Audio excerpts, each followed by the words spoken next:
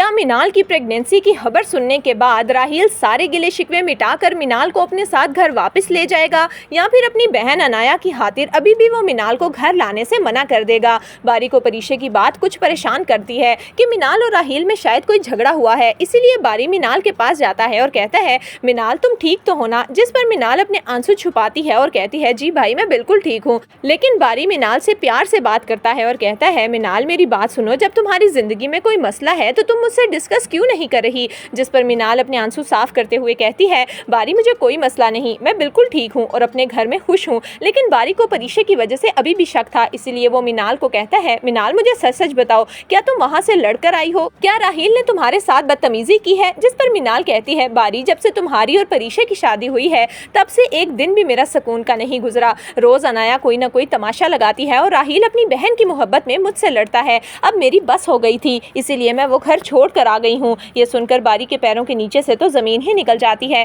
परीशे जो कि मिनाल और बारी को खाने पर बुलाने के लिए आती है दरवाजे पर रुक जाती है और उनकी बातें सुनने लगती है। परीशे को भी बहुत ज्यादा परेशानी होने लगती है। वो खामोशी से अपने कमरे में आती है। बारी मिनाल को तसल्ली देता है और कहता है कि तुम परेशान ना हो, मैं खुद राहील से बात करूंगा, ये सब कुछ ठीक हो जाएगा। अनाया होती कौन है तुम्हारे और राहील के बीच में कोई बात करने वाली। बारी मिनाल को तसल्ली देकर जब कमरे में आता है तो परीशे भी काफी ज्यादा परेशान थी। परीशे बारी को कहती है बारी ये जो कुछ भी हो रहा है ये मेरी वजह से है, अगर आप मुझसे शादी ना करते और आपकी शादी अनाया से हो जाती तो मिनाल भी आज अपने घर में खुश रहती। जिस पर बारी परीशे को तसल्ली देता है और कहता है परीशे इस सब में तुम्हारा कोई कसूर नहीं, तुम मेरी पसंद हो और मैंने अपनी पसंद से शादी की है, अगर तुम मेरी जिंदगी में ना भी आती तो भी मैं अनाया से शादी ना करता। जबकि दूसरी तरफ राहील की माँ उसके पास आती है और कहती है राहील बेटा जब से मिनाल ये घर छोड़कर गई है तुमने अपना क्या हाल बना लिया है, ना तुम सही से खाते हो और ना ही टाइम पर घर आते हो। जिस पर राहील कहता है मॉम मैं बिल्कुल ठीक हूँ। राहील की माँ उससे कहती है कि मेरी मानो जाकर मिनाल को घर वापस ले आओ,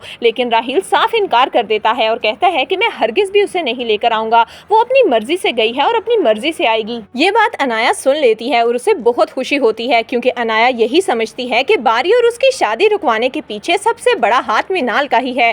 जबकि दूसरी तरफ मिनाल की तबीयत खराब होती है। परीशे उसे डॉक्टर के पास लेकर जाती है और उसे पता चलता है कि मिनाल माँ बनने वाली है। परीशे मिनाल को कहती है कि इतनी बड़ी खुशखबरी जब तुम राहील को दोगी तो देखना वो तुम्हारे साथ बिल्कुल ठीक हो जाएगा और थोड़ा थोड़ा तुम्हें वापस लेने के लिए आएगा। जिस पर मिनाल को भी थोड़ी तसल्ली होती है और वह राहील को कॉल करके कहती है कि मुझे आपसे एक जरूरी बात करनी है। जिस पर राहील बेरुखी से जवाब देता है और कहता है कि बोलो। मिनाल उसे बताती है कि मैं प्रेग्नेंट हूँ। ये सुनकर राहील तो बहुत हैरान होता है, उसका बस नहीं चल रहा कि वो फौरन उड़कर मिनाल के पास पहुंच जाए, लेकिन उसकी अना और अनाया का चेहरा उसके सामने आ जाता है और वो फोन बंद कर देता है। जबकि दूसरी तरफ रमशा को तो बहुत ज्यादा गुस्सा आता है कि उसका भाई अपनी माजूर बीवी पर इतना पैसा क्यों खर्च कर रहा है और अब तो वो उसे बाहर के मुल्क इलाज के लिए ले गया। जिस पर जुहेब की माँ कहती है रमशा अगर अलीज़े अपने पाँव पर खड़ी हो जाएगी तो इस सब में तुम्हारा क्या लेना देना, तुम्हें इतनी बेचैनी क्यों हो रही है और तुम क्यों अलीज़े पर इतना गुस्सा कर रही हो। ये सुनकर रमशा भी हैरान हो जाएगी कि आखिर उसकी माँ को भी अलीज़े ने अपने इशारों पर नचा लिया।